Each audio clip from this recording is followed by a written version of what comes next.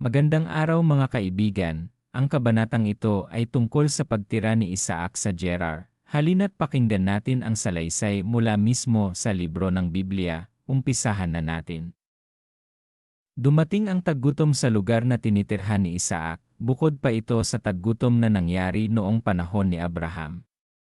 Kaya pumunta si Isaac kay Abimelech na hari ng mga Filisteo sa Gerar.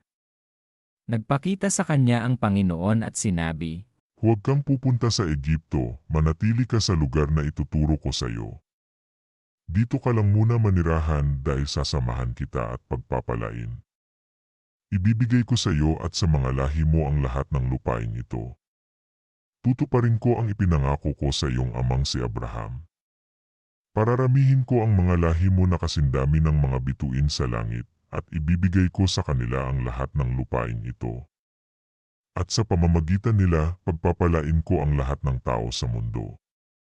Gagawin ko ito dahil sumunod si Abraham sa akin, tinupad niya ang lahat ng aking kautusan at katuruan.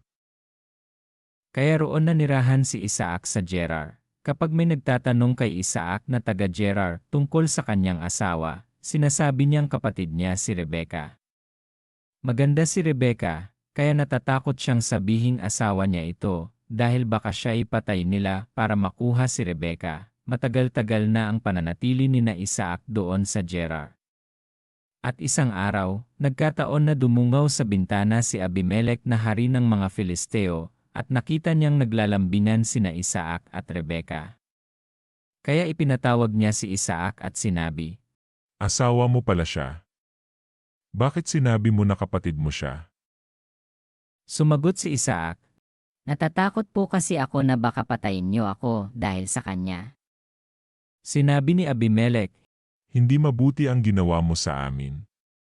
Kung nangyaring ang isa sa tauhan ko'y sumiping sa kanya, ikaw ang magiging dahilan ng pagkakasala namin. binalaan agad ni Abimelech ang lahat ng tao.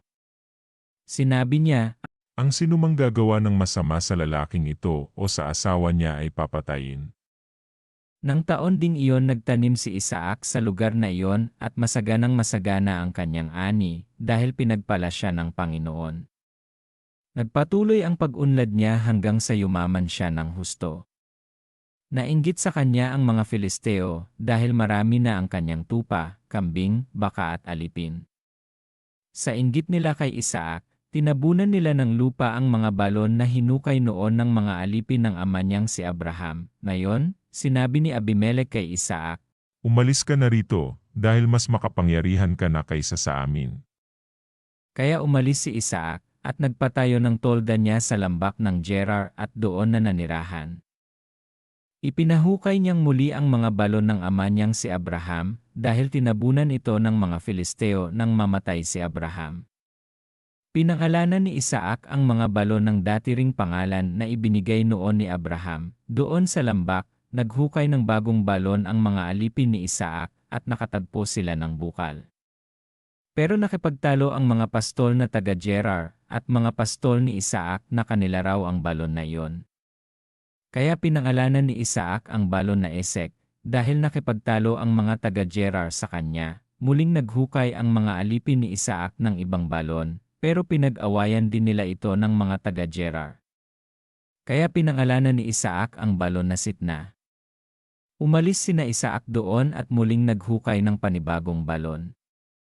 Hindi na nila ito pinag-awayan, kaya pinangalanan ito ni Isaac na Rehoboth. Sapagkat sinabi niya, Ngayoy binigyan tayo ng Panginoon ng malawak na lugar para lalo pa tayong dumami sa lugar na ito. hindi nagtagal, umalis si Isaac sa lugar na iyon at pumunta sa Beersheba. Nang gabing dumating siya, nagpakita sa kanya ang Panginoon at sinabi, Ako ang Diyos ng iyong ama na si Abraham. Huwag kang matakot dahil kasama mo ako. Pagpapalain kita at bibigyan ng maraming lahi dahil kay Abraham na aking lingkod. Kaya gumawa ng altar si Isaac at sumamba sa Panginoon. Nagpatayo siya ng tolda sa lugar na iyon at nagpahukay ng balon sa kanyang mga alipin.